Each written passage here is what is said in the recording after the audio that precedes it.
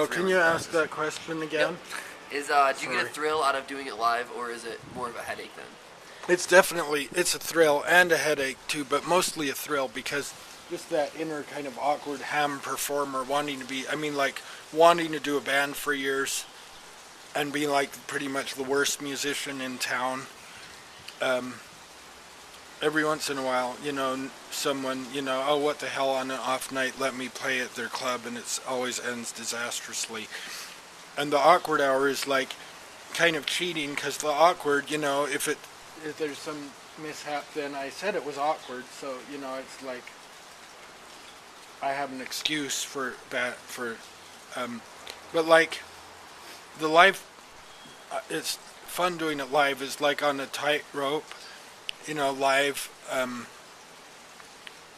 and part of the live thing, on Ustream, there's a chat room, people can chat, and last week, it worked, like I mentioned, like, the headache is just the technical part of getting it to work.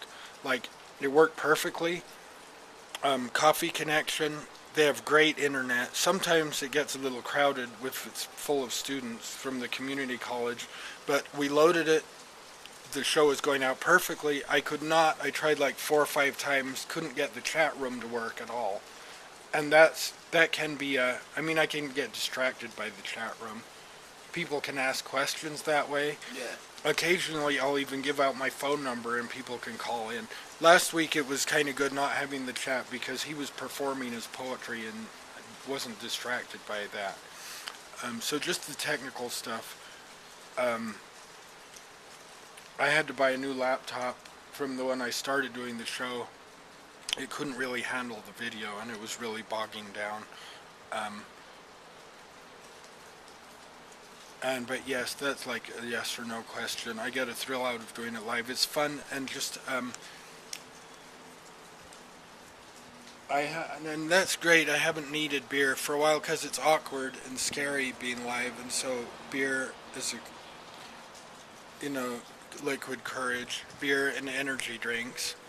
I haven't tried the combination beer and energy drink. I think they might have taken it off. There was some new Sparks or whatever the fuck. That it had like health problems. But energy drinks themselves. I was hooked on those. It's a rush, it's a blast, live, and people, you never know what's going to happen. You've had brief moments of nudity on the show, just people saying awkward shit, and local political candidate. People don't know what they're getting in for. Watch the show. She comes on, I won't say who it is, Green candidate, no, initials JJ, but okay, she comes on the show, and I didn't put a gun to her head and make her drink beer. I sent Albert to Smith to pick up some beer, and she asked him get her some beer. We give him some money, and then the day after, she's running for like some office, and the day after, I get this phone message. I'm running for office. She's drinking on cameras. Like, I didn't make you drink. So I didn't have to, but just I'll pull the show so people can't see it until after the election that you lose. Sorry. So like people,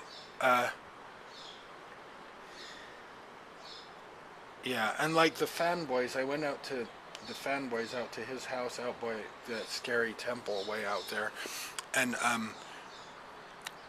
he's incredibly funny. It was really awkward, and so it's like 8:15, a little over an hour into the show, and he's like, "Oh, I have to get my kids," I'm like, "What? The awkward hour is 2 hours, and I forget. I have to explain to people. I have to ask, do you have fast internet?" The one girl couldn't remember the fucking password to get on, and she asked her old like mom and dad, and they don't know what number or what doohickey. But so then and plus like the fanboys, get the kids out, awkward hour with its obscenity, get the children out of the house. anyway, so it makes for awkwardness, and then plus I do like funny camera tricks with this and the camera, and like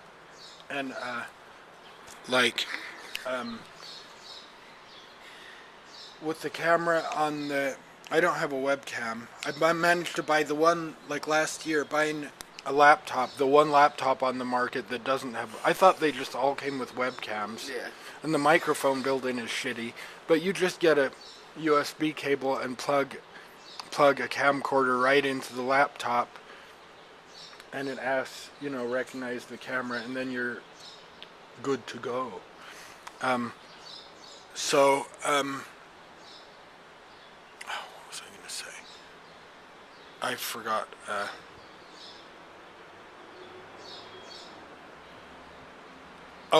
With the camera and the sound, and then you have a monitor.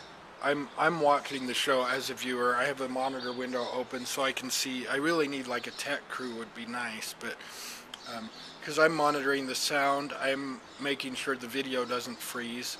That's where the chat room helps. A couple of friends, they can tell me, we're not seeing you, we're not hearing you.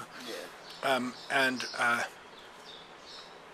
Like stupid shit, technical things like it's those handheld camcorders, and I'll be holding it and have my finger over the microphone, or on the computer it will be not selected to hear audio, but with the monitor, and then I'll hold the camera up and get the video feedback loop going, and like some noise music and shit, which is I can't do it too much because it really annoys the people watching. Anyway, okay, way too long answers. What are some of the benefits to the longer podcasts like Awkward Hour compared to the shorter ones? Yeah, because sometimes people have a hard time it's the awkward hour, you have to be comfortable. I respect people's comfort zone and always say at the start, let me know before we start any topics that you don't want to talk about at all. And I usually try not to, but into the second hour and the third or fourth beer, whatever. But a lot of people, it's like that Columbo TV show where he was in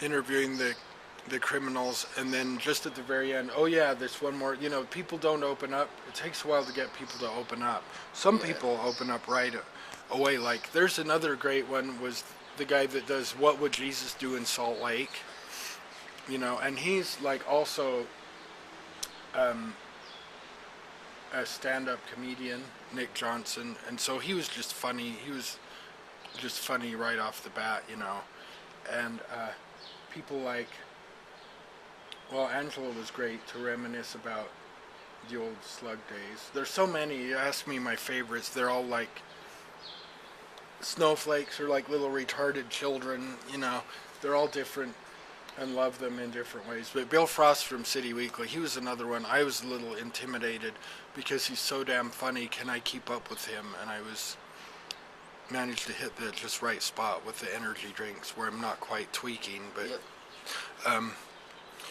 so yeah, and I've done like 4 hours where I didn't even have a guest, just rambling with a bottle of whiskey, and by the end, and then I would start doing like toward the end, because I have that laptop monitor, I would start playing. This is like the third hour of the show. I'd start playing the first hour of the show and do commentary.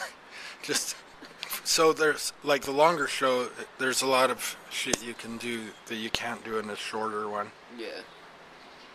Are there any drawbacks to doing a longer podcast that you think? Like, have you run into any, like... Some of that people start losing interest. They're mostly pretty much 2 hours now. Oh, and also I should mention another thing that I've done a few that I want to do more of, awkward cooking shows. I have a couple of friends that are